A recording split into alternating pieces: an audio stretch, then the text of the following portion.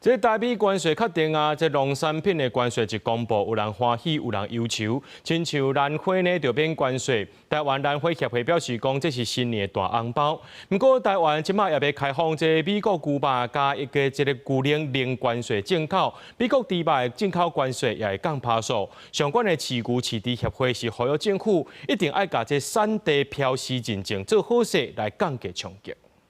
两个品质啊，如果你这个没有卖走，你一定要跳嘛。手提大细盆的兰花摘下，花农哪比哪讲，过去一档台湾兰花出口美国的关税，对32%变10%，搁跳起的20%。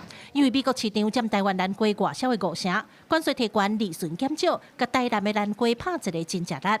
外销美国订单减少2成，花农喙齿间加的硬劲，总算单着零关税。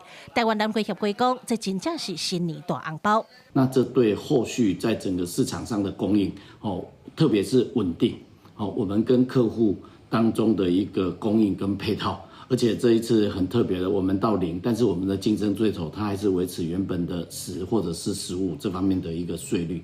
台湾兰花争取到零关税，兰花农笑眯眯，所落来就单订单豆豆啊转来。不过因为这摆台美协定会降低美国猪肉进口关税，而且会开放美国牛肉甲牛奶免关税，是不是会冲击到台湾的本土产业呢？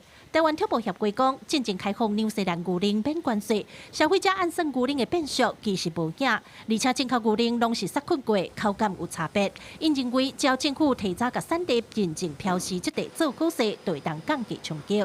农业部其实也有在做这个规范，就是从今年的7月1号开始，进口的保酒乳不能用鲜乳的方式去标示，那有效的区隔跟国内的那个乳品。产地标示要标示清楚，他们知道什么猪肉，知道台湾猪肉或者是进口猪肉，这样对消费者是公平的。 对我们养猪团体也是公平的。饲养协会拢表示，无论猪肉还是牛肉，食食选择，台湾人拢惯是经国产的，开放进口一定会有影响。因望中央会当落实产地来源的标示，农民也爱提升品质，剩的就甲选择权交予消费者。记者综合报道。